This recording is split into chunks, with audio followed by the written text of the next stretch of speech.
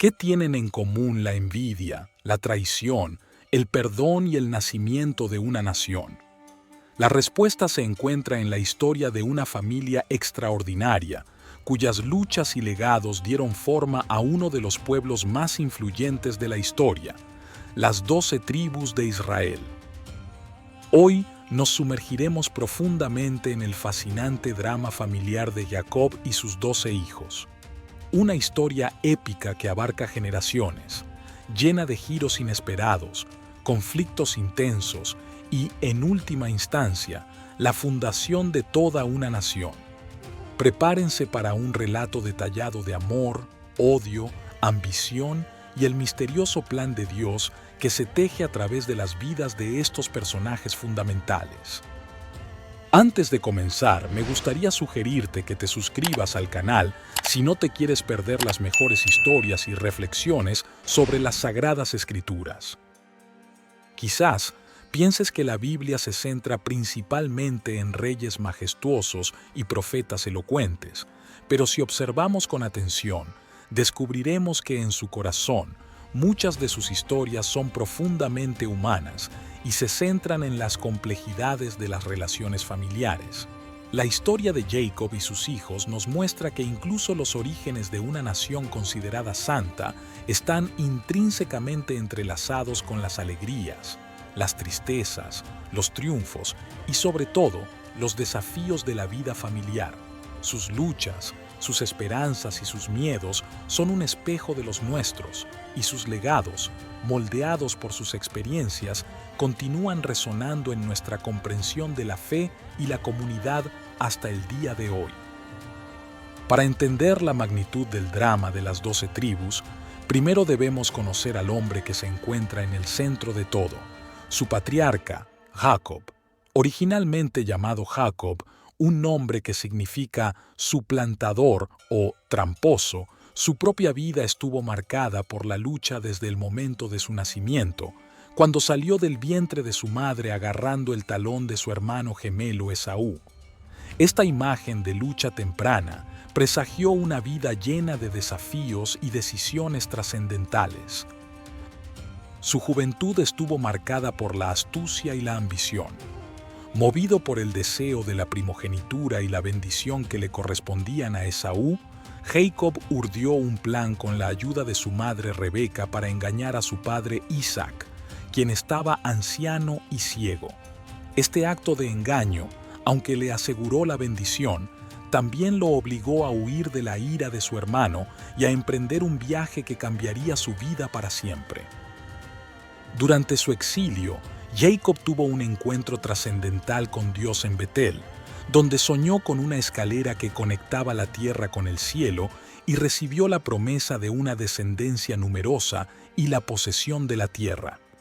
Al despertar, Jacob reconoció la presencia divina en ese lugar y lo llamó Betel, que significa casa de Dios. Continuando su viaje, Jacob llegó a la tierra de Harán, donde sirvió a su tío Labán durante muchos años, trabajando arduamente a cambio de la mano de sus hijas, Lea y Raquel. Irónicamente, Jacob, el suplantador, fue engañado por Labán para casarse primero con Lea, la hija mayor, antes de poder casarse con su amada Raquel. Esta situación, aunque permitida por las costumbres de la época, sembró las semillas de la discordia y la rivalidad dentro de su hogar. Después de años de servicio y de formar una gran familia, Jacob finalmente regresó a su tierra natal, enfrentándose a su pasado y reconciliándose con su hermano Esaú. En otro encuentro crucial con Dios, esta vez a orillas del río Jaboc, Jacob luchó con un hombre hasta el amanecer. Este misterioso encuentro culminó con el cambio de su nombre a Israel, que significa el que lucha con Dios o Dios lucha, marcando un punto de inflexión en su vida y en el destino de su descendencia. Jacob, ahora Israel, era un hombre complejo, profundamente amado por Dios, pero también marcado por sus propias imperfecciones y las consecuencias de sus decisiones pasadas. Su vida se complicó aún más por su matrimonio con 2 hermanas, Lea y Raquel, y sus siervas, Bila y Silpa. Esta estructura familiar, aunque común en la época, creó un terreno fértil para la rivalidad, los celos y la tensión que definirían las relaciones entre sus hijos y, en última instancia, entre las tribus que descenderían de ellos.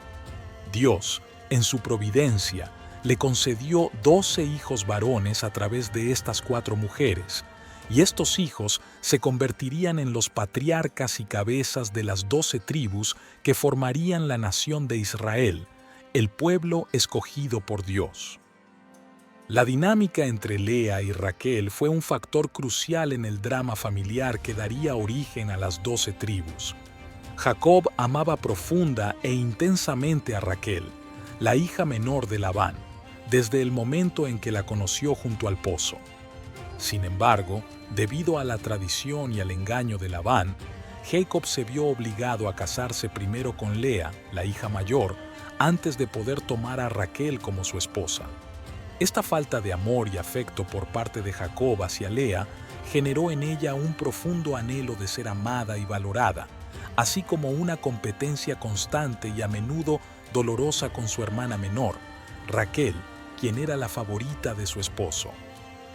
Dios, en su misericordia, vio la aflicción y la tristeza de Lea y le concedió el don de la fertilidad, permitiéndole concebir y dar a luz a varios hijos. Su primer hijo fue Rubén, cuyo nombre significa mirad, un hijo, reflejando quizás la esperanza de Lea de ganar el amor de Jacob a través de su primogénito.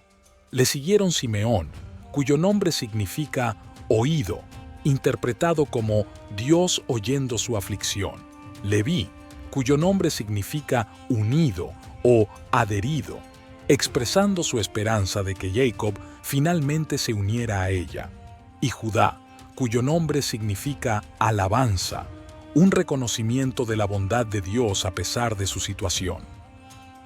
Raquel, por otro lado, era estéril durante mucho tiempo, una condición que en la cultura de la época se consideraba una gran desgracia y una fuente de profunda tristeza.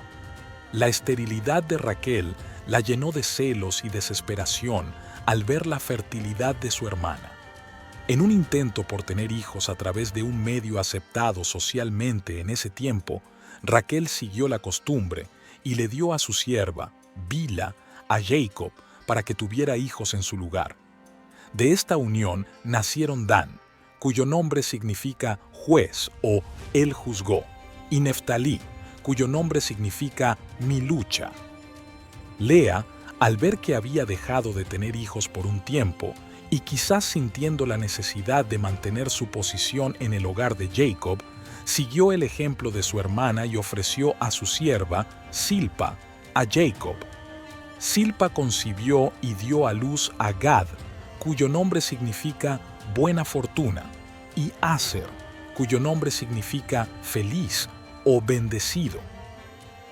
Finalmente, después de años de espera y oración, Dios escuchó la ferviente súplica de Raquel y le concedió el gozo de la maternidad, permitiéndole concebir y dar a luz a su primer hijo propio, a quien llamó José, que significa Él añadirá, expresando su esperanza de tener otro hijo. Más tarde, en un viaje, Raquel dio a luz a su segundo hijo, Benjamín, cuyo nombre significa hijo de mi mano derecha o hijo de mi aflicción, ya que murió poco después del parto. Esta compleja estructura familiar, con 4 madres diferentes y la clara y evidente preferencia de Jacob por Raquel y sus hijos, especialmente José, creó un ambiente propicio para la rivalidad, los celos, las tensiones y los conflictos que marcarían profundamente la historia de los 12 hijos de Jacob y, por extensión, de las 12 tribus de Israel. Las semillas del drama familiar se habían sembrado y sus frutos se manifestarían en las generaciones venideras. Los primeros hijos de Jacob ya mostraron desde temprana edad signos de las complejidades y los desafíos que definirían a su familia y, en última instancia, a la nación que surgiría de ellos. Sus acciones y decisiones revelaron las imperfecciones y las luchas inherentes a la naturaleza humana, incluso dentro del linaje escogido por Dios. Rubén, el primogénito de Lea, disfrutaba del estatus y los privilegios que le confería su posición como el primer hijo de Jacob. Sin embargo, en un momento de grave falta de juicio e impulsividad, Rubén cometió un acto de profunda falta de respeto hacia su padre al acostarse con Bila, una de las concubinas de Jacob. Este pecado, que desafiaba la autoridad patriarcal y la santidad del hogar familiar, tuvo consecuencias significativas para Rubén. Aunque era el heredero natural de la primogenitura, este acto lo descalificó para liderar y para recibir la doble porción de la herencia que normalmente correspondía al primogénito. Su impulsividad y falta de autocontrol le costaron su lugar de preeminencia dentro de la familia.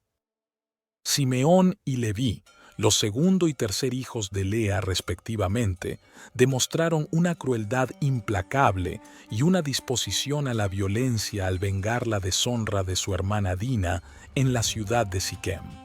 Cuando Siquem, el hijo del príncipe de la región, deshonró a Dina, los hermanos de ella, impulsados por la ira y un sentido de justicia retorcido, engañaron a los habitantes de Siquem para que se circuncidaran, y mientras estaban convalecientes, los atacaron y mataron a todos los varones, saqueando la ciudad.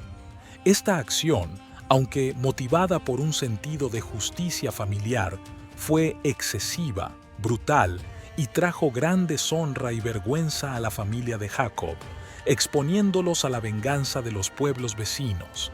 En la bendición final de Jacob, se profetizó que Simeón y Leví serían dispersados entre las tribus debido a su naturaleza violenta y su falta de moderación.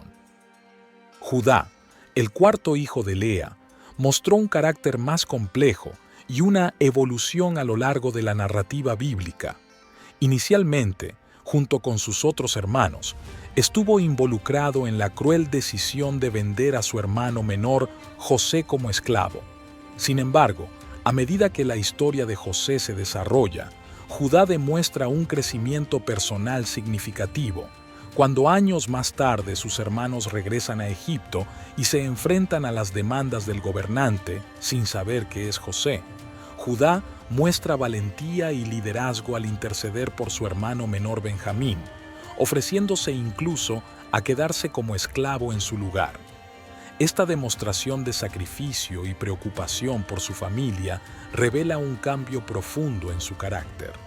Además, en la bendición final de Jacob, Judá recibió la promesa de liderazgo y realeza, profetizándose que de su linaje provendría el cetro real de Israel y finalmente el Mesías, el Salvador del mundo. Estos primeros hijos de Jacob ya establecieron un patrón de imperfección, lucha y potencial de redención dentro de la familia patriarcal. Sus acciones y decisiones moldearon no solo sus propios destinos individuales, sino también el futuro de las tribus que descenderían de ellos, mostrando que incluso los patriarcas de una nación elegida eran seres humanos complejos, con defectos y debilidades, pero también con la capacidad de crecer y ser usados por Dios para sus propósitos. El drama familiar que daría origen a las 12 tribus alcanzó su punto álgido con la fascinante y conmovedora historia de José, el primer hijo de Raquel y el hijo amado de Jacob. El profundo amor y la especial predilección que Jacob sentía por José eran evidentes para todos en la familia, manifestándose de manera tangible en el regalo de una túnica especial, una túnica de muchos colores o una túnica con mangas largas, un símbolo de su favor y de su posición privilegiada entre sus hermanos mayores. Este trato preferencial, en lugar de fomentar la unidad familiar, despertó en los hermanos mayores de José una profunda envidia, un amargo resentimiento y una creciente hostilidad hacia él.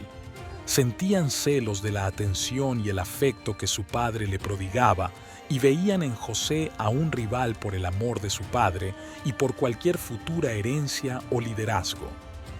Para colmo de males, José tuvo una serie de sueños proféticos que interpretó como señales de su futura superioridad sobre sus hermanos. En uno de sus sueños, sus gavillas de trigo se levantaban y se mantenían erguidas, mientras que las gavillas de sus hermanos se inclinaban ante la suya. En otro sueño, el sol, la luna y 11 estrellas se inclinaban ante él. Cuando José compartió estos sueños con su familia, en lugar de ser tomados como simples sueños infantiles, fueron vistos por sus hermanos como una arrogante declaración de su futura dominación, lo que solo avivó aún más el fuego de su odio y resentimiento hacia él. Llevados por esta intensa celosía y alimentados por el rencor, los hermanos de José, con la excepción de Rubén, tramaron un plan malévolo para deshacerse de él. Cuando Jacob envió a José a buscarlos mientras pastoreaban el ganado cerca de Dotán, los hermanos vieron la oportunidad de llevar a cabo su siniestro plan. Inicialmente, conspiraron para matarlo y arrojar su cuerpo a una cisterna, inventando una historia para contarle a su padre sobre un animal salvaje que lo había devorado. Sin embargo, Rubén, el primogénito, aunque no estaba exento de sus propias faltas, intervino con la intención de salvar la vida de su hermano menor. Propuso, en cambio, no derramar sangre y simplemente arrojar a José a una cisterna vacía, planeando secretamente regresar más tarde para rescatarlo y devolverlo a su padre.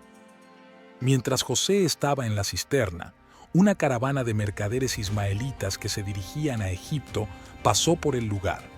Judá, otro de los hermanos, sugirió que en lugar de dejar morir a José, sería más provechoso venderlo a estos mercaderes como esclavo. Los demás hermanos estuvieron de acuerdo con esta idea, motivados quizás por la codicia y el deseo de obtener alguna ganancia de su acto. Así, por 20 siclos de plata, vendieron a su propio hermano a la esclavitud, un acto de traición que marcaría sus vidas para siempre y tendría profundas consecuencias para toda la familia.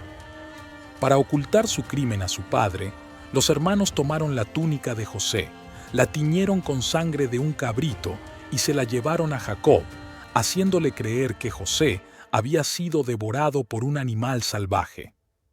El dolor y la angustia de Jacob ante esta noticia fueron inmensos e inconsolables. Lloró amargamente a su hijo muerto y se negó a ser consolado, sumiéndose en una profunda tristeza que duró muchos años. En Egipto, lejos de su hogar y de su familia, José enfrentó numerosas pruebas y tribulaciones. Fue vendido como esclavo a Potifar, un oficial del faraón, donde, gracias a la bendición de Dios, prosperó y llegó a ser mayordomo de toda la casa de su amo. Sin embargo, su éxito fue efímero. Acusado falsamente por la esposa de Potifar de un crimen que no cometió, José fue encarcelado injustamente.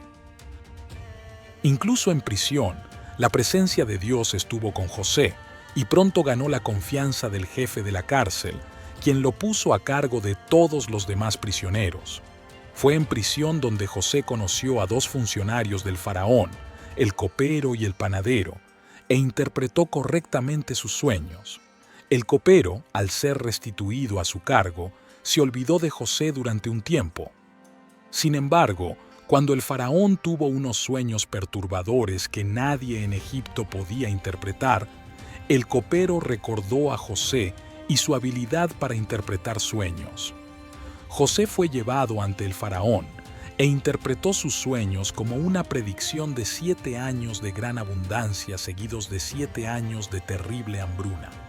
Impresionado por su sabiduría y perspicacia, el faraón nombró a José gobernador de toda la tierra de Egipto, encargándole la tarea de almacenar grano durante los años de abundancia para prepararse para la hambruna venidera.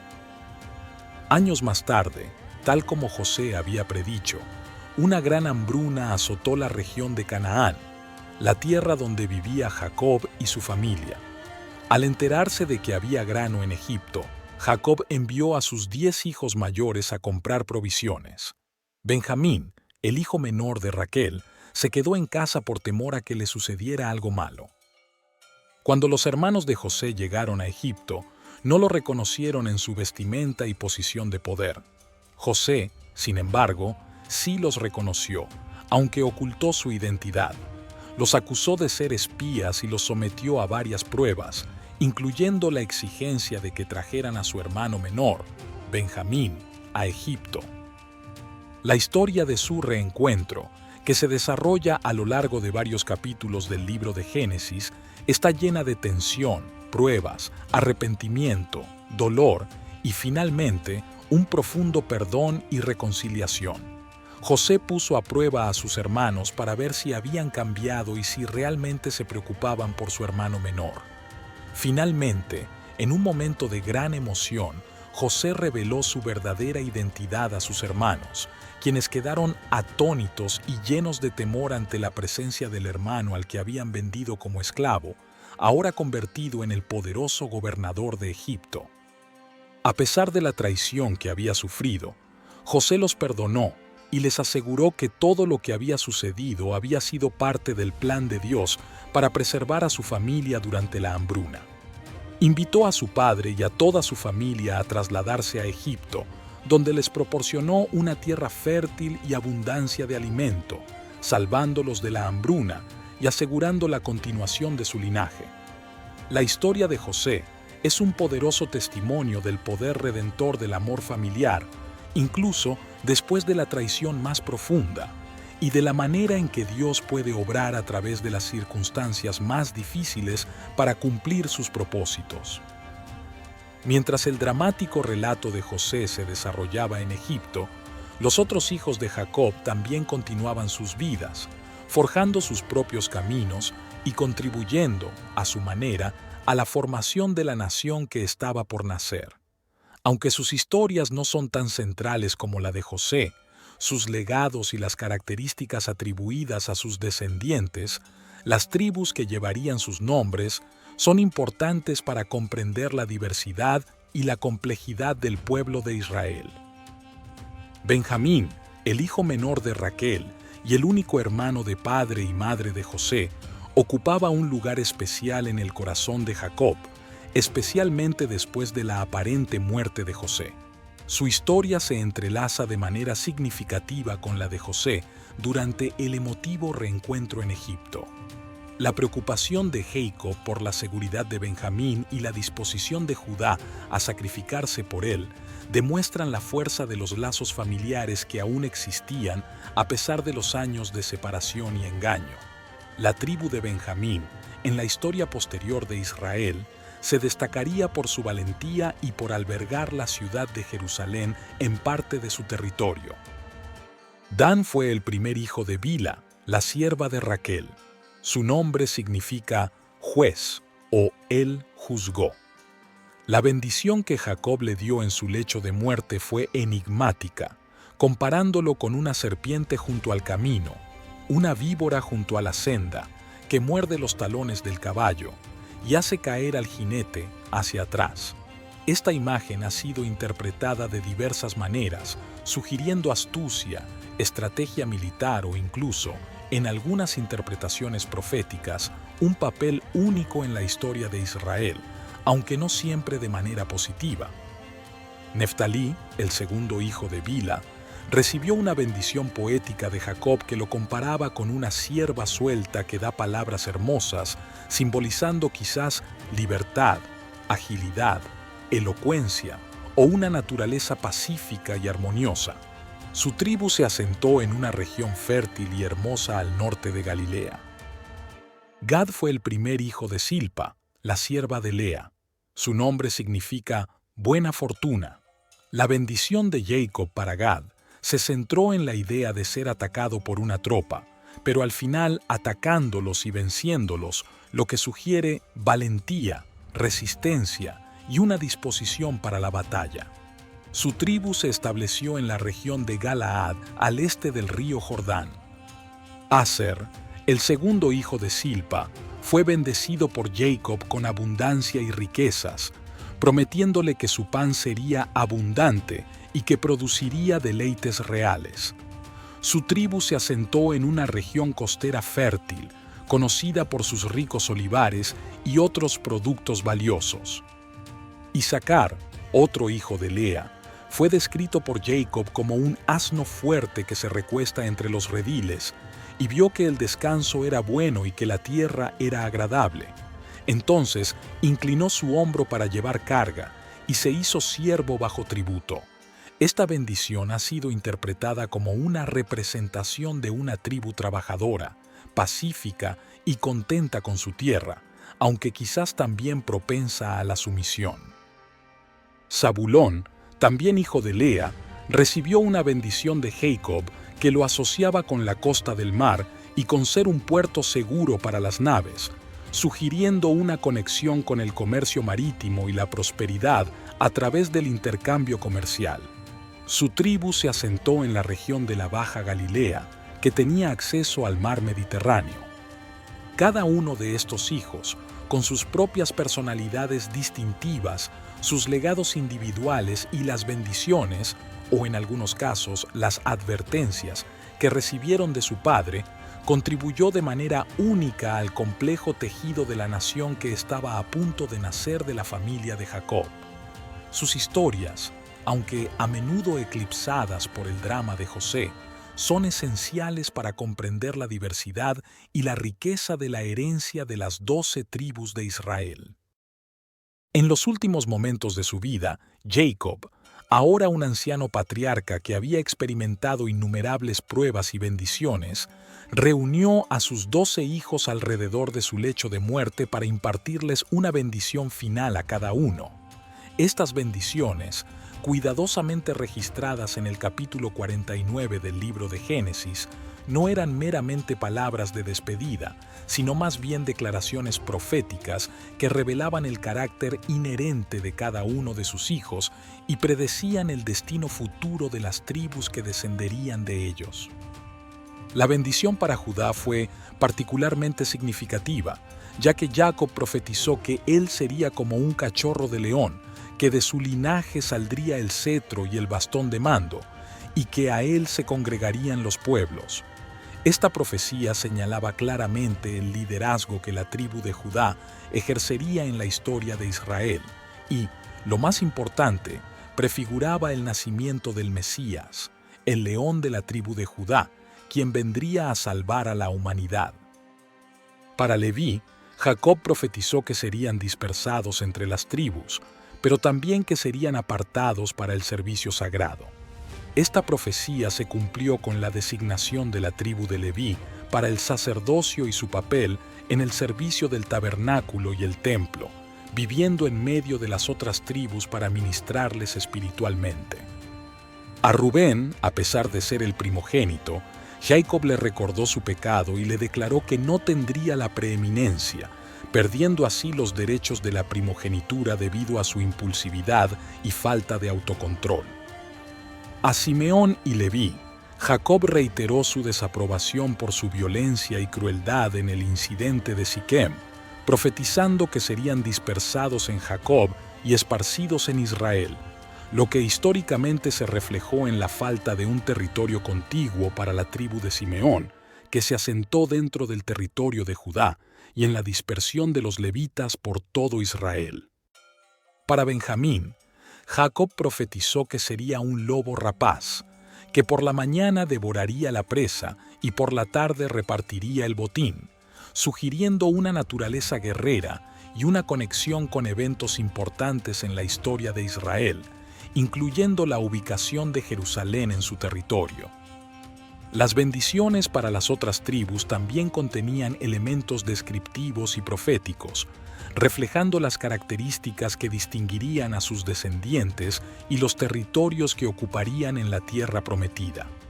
Estas bendiciones no solo son fascinantes desde una perspectiva histórica, mostrando una notable precisión en muchos casos, sino que también revelan cómo Dios, en su sabiduría y soberanía, ya tenía un plan detallado para la nación que surgiría de esta compleja y a menudo disfuncional familia.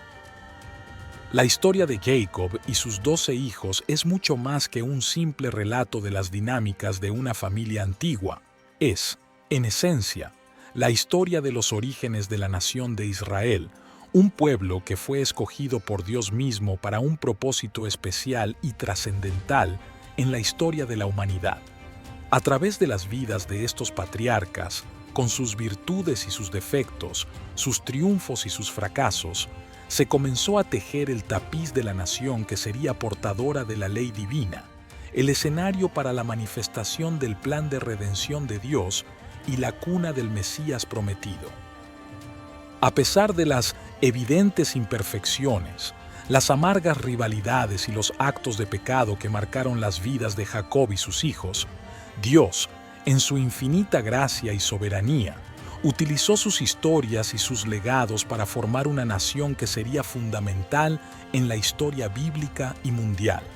Esta narrativa nos enseña una lección poderosa y reconfortante, que Dios puede obrar incluso a través de nuestras debilidades, nuestras luchas familiares y nuestros errores más profundos.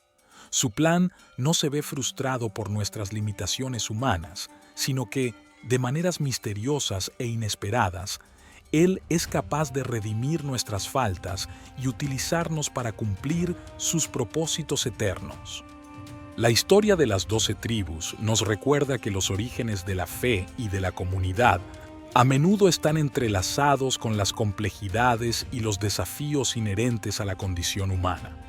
Así como esta familia fundacional experimentó conflictos, envidias y reconciliaciones, también nuestras propias familias y comunidades enfrentan desafíos similares. La clave está en reconocer la presencia y la obra de Dios en medio de todo ello, confiando en su capacidad para transformar el drama en destino y para convertir las debilidades en fortalezas. La historia de las 12 tribus de Israel es un testimonio perdurable del poder del linaje, de las complejidades intrínsecas de las relaciones familiares y, sobre todo, del plan soberano y misterioso de Dios que se desarrolla a través de las generaciones. Desde las luchas iniciales por el amor y la primogenitura hasta los actos de traición y el eventual perdón, esta épica saga familiar sentó las bases para una nación que jugaría un papel crucial y único en la historia del mundo, dejando un legado que continúa resonando en la fe y la cultura hasta nuestros días. ¿Qué aspecto de la historia de las 12 tribus te resultó más sorprendente o resonó más profundamente contigo? ¿Cómo crees que las dinámicas familiares con sus altibajos pueden influir en el destino de una nación o incluso en el curso de nuestras propias vidas? Así como Dios obró poderosamente a través de las imperfecciones y los dramas de la familia de Jacob y sus hijos, también puede obrar en nuestras propias vidas y en nuestras propias familias, con todas sus complejidades, desafíos y alegrías. La historia de las 12 tribus nos ofrece una poderosa dosis de esperanza, recordándonos que incluso en medio del drama humano, hay un propósito divino que se está desarrollando y que el amor y la gracia de Dios tienen el poder de redimir incluso las situaciones más difíciles. Si este viaje a través del drama familiar que fundó una nación te ha resultado fascinante e inspirador, te invito a que nos regales un me gusta en este video. Lo compartas con aquellas personas que creas que podrían encontrarlo interesante y te suscribas a nuestro canal para seguir explorando juntos las innumerables historias y enseñanzas que la Biblia tiene para ofrecernos. Nos encantaría leer tus comentarios y conocer tus propias reflexiones sobre esta épica historia familiar. ¿Hay algún otro relato bíblico que te gustaría que exploráramos en futuros videos? Déjanos tus sugerencias en la sección de comentarios. ¡Bendiciones!